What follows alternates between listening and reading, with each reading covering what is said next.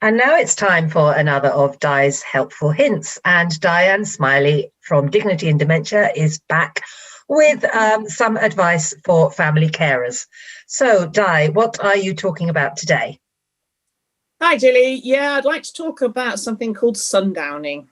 And it's something that some people with dementia can experience, and also obviously their family carers can experience. Not everybody, but some. And it tends to happen in the middle stages of dementia. And it just means that from about 4 o'clock onwards in the day, 3-4 o'clock onwards in the day, the person with the dementia can become more agitated.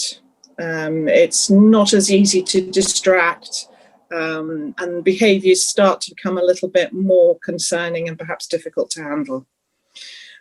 So I just wanted to really talk about it for a little bit, explain a little bit more about it, what it is, and give a few helpful hints.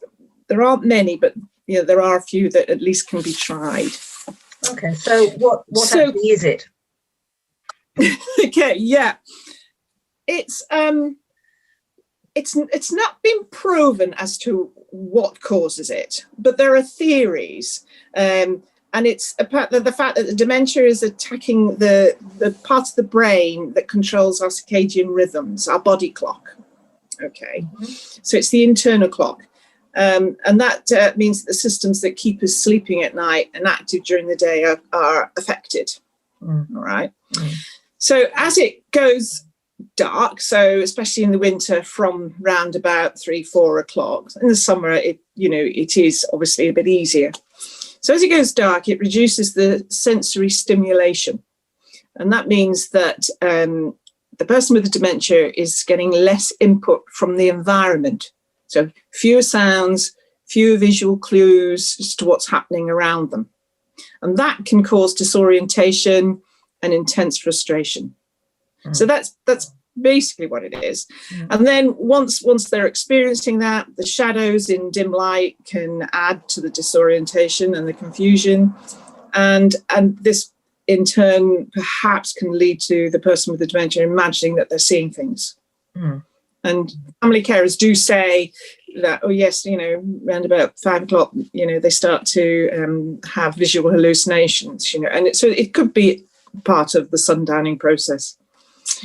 And so other causes could be just end of day exhaustion for the person with the dementia and also the family carer. It's been a long day, and the person with dementia might pick up from the family carer that they're feeling a bit more exhausted. It's the reduced light, and also medication that the person is on is tending to wear off round about the tea time, ready for the next dose, if that's how the program is prescribed. So all sorts of things like that. So it's obviously a really tangible thing. So what can family carers do? Is there anything that they can do to help or alleviate this? Certainly things that to try and do. None of these are out and out, yes, this will stop it. Right? And again, have to remind you that everybody in the dementia is different. And so consequently, everybody who encounters this sundowning phenomenon will also be different. So first of all is make sure that the home is well lit. It seems to be connected to the light.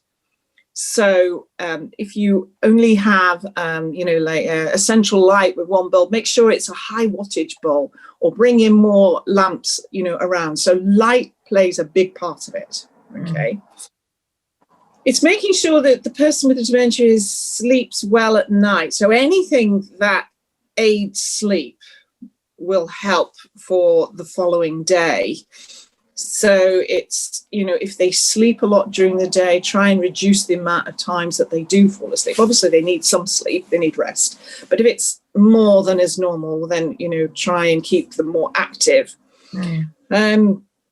And making sure that, the bedroom is comfortable, there's nothing upsetting the sleep pattern, the rooms comfortable, the environment is calming, you know, that sort of thing. Maintain a routine, maintain a schedule, really important. So from, you know, sort of like the 3 o'clock mark onwards, have that routine and maintain it as much as possible. Avoid any stimulants at the mealtime, and have the mealtime as early as possible, so that, you know, they're not eating too late and then not having these stimulants like coffee, alcohol, even tea, you know, into the evening. And then, plan more active days if possible. If it's becoming a regular thing, try and write down what happens just before the behaviour starts. So in other words, what was the trigger? Because sometimes you can work on the trigger. So that if you can remove that, then, you know, possibly the behaviour won't happen at all. And all I can say is for the family carer, just to be mindful of your own physical well-being. You know, it might be that you just need some more support in the evening, if that's possible. And I know that's easy to say, not easy to do. And finally, should this become a real issue, big problem, then contact the GP. So I think that's about it, really. But it can be really difficult for both the person with the dementia and the family carer. That's great, Di. Thank you. That's really good explanation. And I think it's worth also reminding people that Dignity and Dementia do have a behavioural support service, so that if anyone needs to talk to you, then they're very welcome to do that. And I'll give out the contact details after this record. Thank you very much. Jim. Okay. Bye-bye. Bye.